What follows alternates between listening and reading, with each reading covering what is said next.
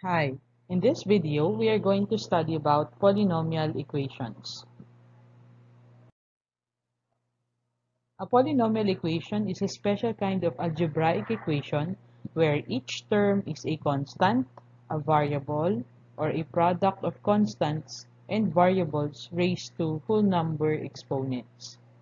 When you say variables, these are normally the letters that you see in a polynomial expression or polynomial equation, even in polynomial functions. So kadalasan ginagamit natin is yung x, minsan m, minsan w, or a, or c, or b. Those are called variables and they are raised to a whole number exponents. Ibig sabihin yung mga exponents dito, whole numbers lang ginagamit. The polynomial equation is defined by a sub n, x raised to n plus a sub n minus 1, x raised to n minus 1 plus a sub n minus 2, x raised to n minus 2 plus a sub 1, x plus a sub 0 equal to 0. This is an equation. Okay? Equation siya, mas madali siyang i-determine if it's equal to 0, it's an equation. Where n, as stated here, n is a positive integer. How will you identify if the given equation is a polynomial equation? So number 1, no square roots of variables. So yung mga x, yung mga y, wala dapat yung square roots or roots. Number 2, no fractional exponents. Ang mga exponents ay hindi dapat in fraction form. Sunod, no negative powers on the variables. Sabi nga kanina, positive integers lang ang exponents. So dito, syempre, bawal ang negative exponents or negative powers. And last, no variables in denominators of any fraction. So kapag may fraction doon, ang x or yung mga variables ay hindi dapat na nasa denominator. So yun ma-identify mo, yun ang ways to identify if an equation is a polynomial equation. Example tayo. Identify if the given equation is a polynomial equation or not. 3x raised to 4 plus 5x minus 3 is equal to 0. Is this a polynomial equation or not? Yes, it's a polynomial equation. Another example. X cubed minus 6x raised to negative 2 minus x minus 1 is equal to 0. Polynomial equation or not a polynomial equation? Answer, no, because of the negative exponent. Remember, sa polynomial equation, bawal ang negative exponents.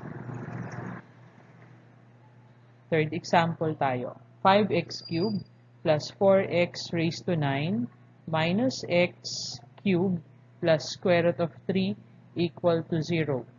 Is this a polynomial equation or not? Yes, it's a polynomial equation. Ano ba yung bawal lang sa sa loob ng radicals or ng square roots? Ang bawal lang ay variables like x. Number 4, x squared plus square root of x minus 2 is equal to 0. Polynomial equation or not? Answer, no, because there is a variable inside the radical sign. Let's go to the definition of terms in a polynomial equation. So first question is, what is a degree? Degree is the highest exponent in the polynomial equation. The degree in this polynomial equation is 3 because it's the highest exponent. What is a leading term?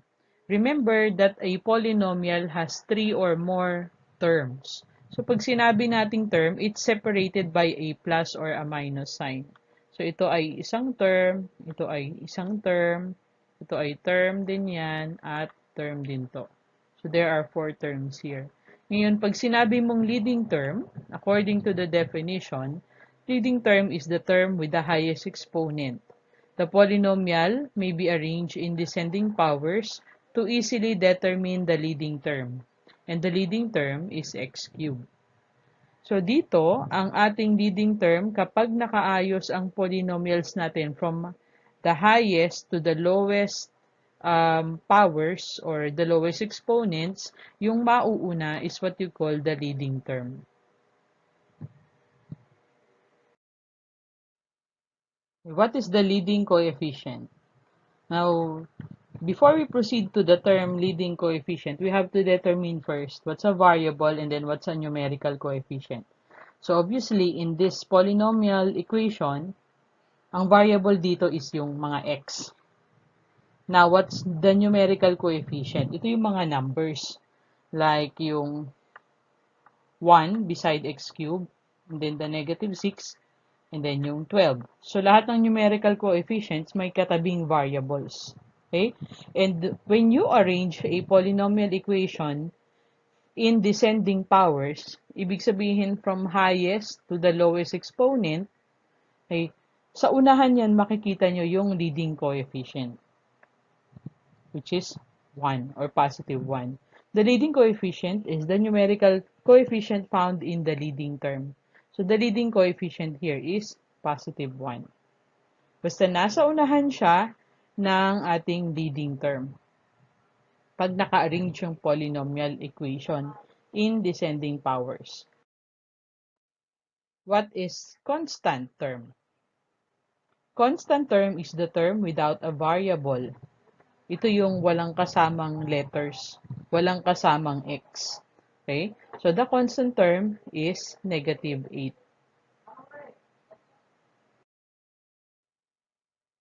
How do we arrange the polynomial equation in descending powers? Now, pag tiningnan mo yung ating polynomial equation na nandito, okay, you check first what is the highest exponent. So, ang highest exponent natin ay x cubed. Kasi ang exponent niya ay 3. Susunod nun, after ng x cubed ay yung negative 6x squared. And then, followed by yung x, positive 12x. And then, pinakahuli yung ating constant term, which is negative 8. So, yung constant natin is palaging nasa dulo siya. And then, the equal sign, and then 0. So, use the exponents and arrange in descending order or highest to lowest manner. So, pag in-arrange natin yung polynomial na given, so, ang sagot dyan is x cubed minus 6x squared plus 12x minus 8 equals 0. Okay, let's have this example. 18x squared plus 7x cubed plus 8 plus 20x plus x raised to 4 equals 0. If we are going to arrange this polynomial in descending powers, ano yung uunahin natin? Okay, yung x raised to 4. So, after x raised to 4, susundan ng plus 7x cubed. And then, positive 18x squared. Sunod yung 20x. At sa dulo yung constant, yung walang kasamang variable, plus 8. Okay, next. So, from here, we can determine and fill up this table. So, ano yung degree natin?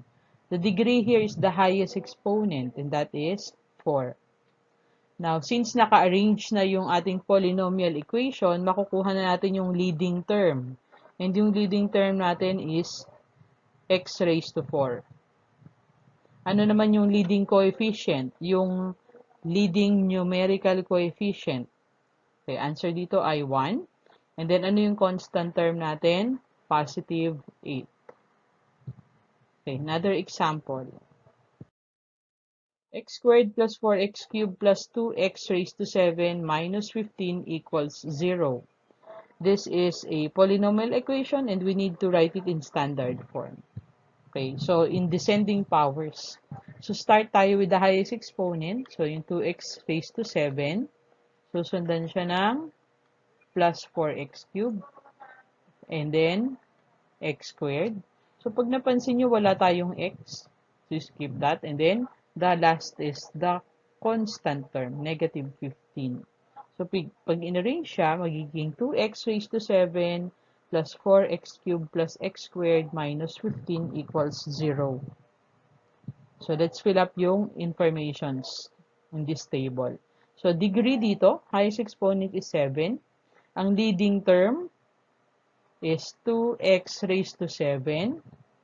Ano yung leading coefficient? 2. And then the constant term is negative 15. I hope you learned something today. Pag nahihirapan, pwedeng ulitin ang video. Pakishare na rin pag may time. Thank you.